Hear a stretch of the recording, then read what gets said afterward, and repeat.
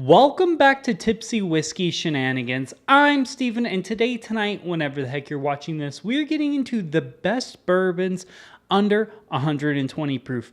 But before we get into that, please do me that favor, like, comment, and subscribe. That helps us out a ton, and we appreciate the support. But let's get into today's video. So, like I said, we're going over bourbon under 120 proof. And more so, this video is kind of like a 110 to 120. Recently, I've been doing kind of a long drawn out series, if you will, videos where it's like, hey, the best whiskeys or best bourbons, I should say, at X amount of proof. And this is going to be 110 to 120. So before we get right into this, a word from today's sponsor. Are you sick and tired of missing the gym after a night of drinking because you drink probably a little bit more than you should? Things got a little out of hand and you drank a little bit more than you should.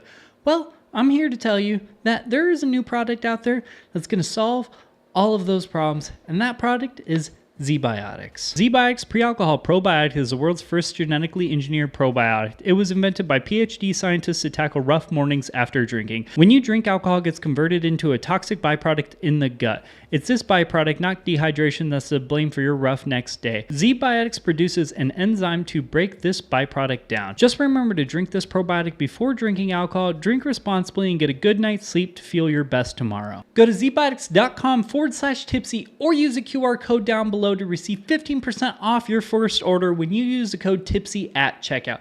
This code can also be used with a subscription basis so you can stay ahead of the game.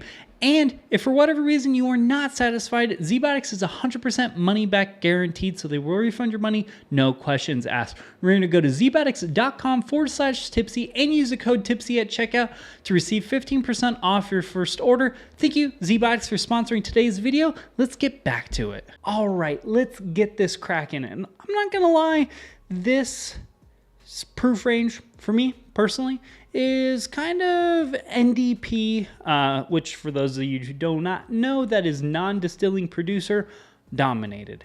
And in other words, what I mean by that, it's dominated by people who blend with MGP. This proof range for me, I don't know why, but for some reason, I really like MGP that's around the 115 proof range. There is so much great MGP out there at that range, and it is freaking incredible. When I think MGP, non-distilling producers, I have one brand primarily that comes to mind, and that is gonna be Doc Swanson's.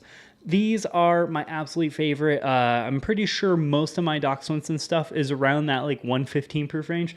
This is going to be the blender's cut. This is what I cut my teeth on as far as their products go. This is going to be 115 proof 5-year-old MGP blend that is freaking incredible from them. Other ones like the Alter Ego cask strength. This bad mamma jamma is 114.6. Triple cask finished, cognac, and what is the other one? Sherry finished on that one. That one's incredible. Anything with this exploratory cask label on it, this white one with the gold embossing and whatnot, this one's on Barana. I have a few other ones. All of them freaking incredible. I can't even, I'm just going to say Doc Swenson's in general. 115 proof-ish Doc Swenson's. Those are the best sub 120 proof blended MGP in my opinion, because I think Doc Swenson does a great job doing that nice value, quality to cost ratio, which not all MGP blenders do. But I think that one's really good. Followed by another one I really like, Backbone. This is another NDP, Indiana MGP sourced whiskey. This bad mamma jamma is probably my favorite 115 proof. This one's 115.6. They vary a little bit, but 115 proof blended MGP. I think this bottle is my favorite, just straight bourbon. This is freaking incredible. I love this. I think I got this for like $60 or something. So what a freaking steal. Really like this. Followed by another one where some others aren't my favorite, but this one in particular I do really like. Smoke Wagon Uncut, the younger.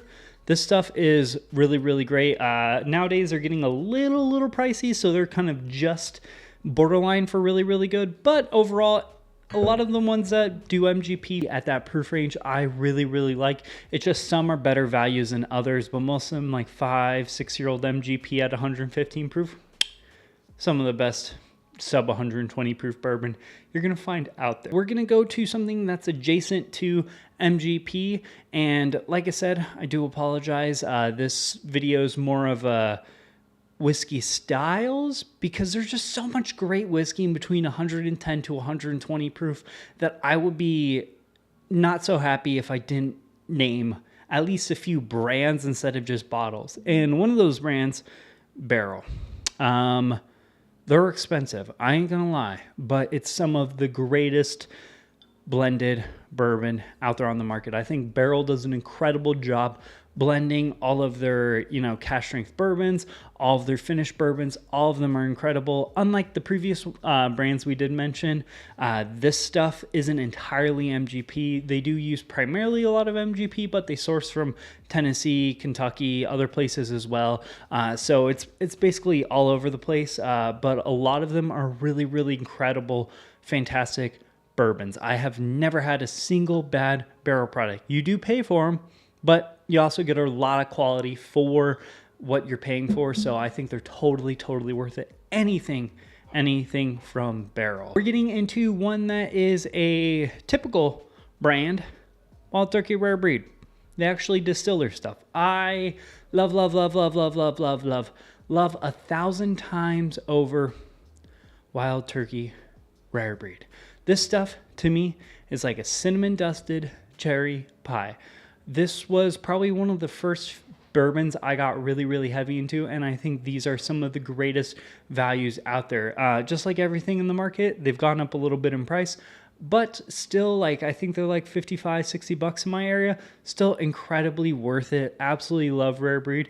And I mean, who doesn't like a cinnamon dusted cherry pie? Because that's my flavor profile I get off of Wild Turkey products, and I love that stuff. A little on the nutty side, but not too nutty. It's much better than Beam. It's not as fruity as some other brands like MGP and whatnot, but I really like that spicy side of Wild Turkey. And then moving on to another one that I freaking love. And these ones are gonna be a little hit and miss. This is kind of like a rare bottle, and not all of them are 120 proof, but Woodford Reserve Batch Proof. These are probably typically over the last few years, these have been some of my favorite bourbons each and every year. Since I've been starting the channel, I've gotten 2, and each year I bought one of them. They were my favorite bourbons of that year, or one of my favorite bourbons that year. This is Woodford Reserve cranked up to 11. Luscious, sweet, so much brown sugar, that nice waffle, nice syrup, confectionery sugar, like diabetes in a glass. I freaking love that stuff. That's why we all love bourbon. This bottle, absolutely incredible. If you can find them, I know again, they're kind of rare, limited edition, but these are some of my favorite sub 120 bottles that I find relatively. And like I said, some of them might be over 120 proof, but the ones I've personally found under 120. I do really like myself a sub 120 cask strength bourbon. Then moving on, we're going to get into one that I talk about a lot, Texas. We're going back to Texas, Still Austin, cask strength. This bottle is one of my favorite daily drinkers. As someone who's followed the channel a lot, I'm sure you know, I love Texas whiskey. I think Texas whiskey is such a fun realm that's untapped, if you will, in the whiskey world. We don't talk about Texas a lot, but I think Texas whiskey is a lot of fun. Southwest aging style, it's very different. It's very robust. It's very in your face. It's very American. And I love myself something that's very American. And that's kind of the flavor profile you get off of a lot of Texas whiskeys. That being said, they do distill theirs a little bit different than that traditional pot still. So they get a lot cleaner, easier spirit. To me, I always describe these as if you blended a typical Texas whiskey with, maybe like an MGP whiskey or something of that nature to get a really nice blend. That being said, they do it themselves, and it's a very approachable, we'll call it baby steps into the world of Texas whiskey. Followed by another one that's a yearly release, from another Texas distillery. This is going to be Arnu Apotheosis. This is going to be, I think they change up the finishing every single year, but this one specifically, I think this was a year and a half ago or something like that, 2 years ago. Time flies by when you're having fun.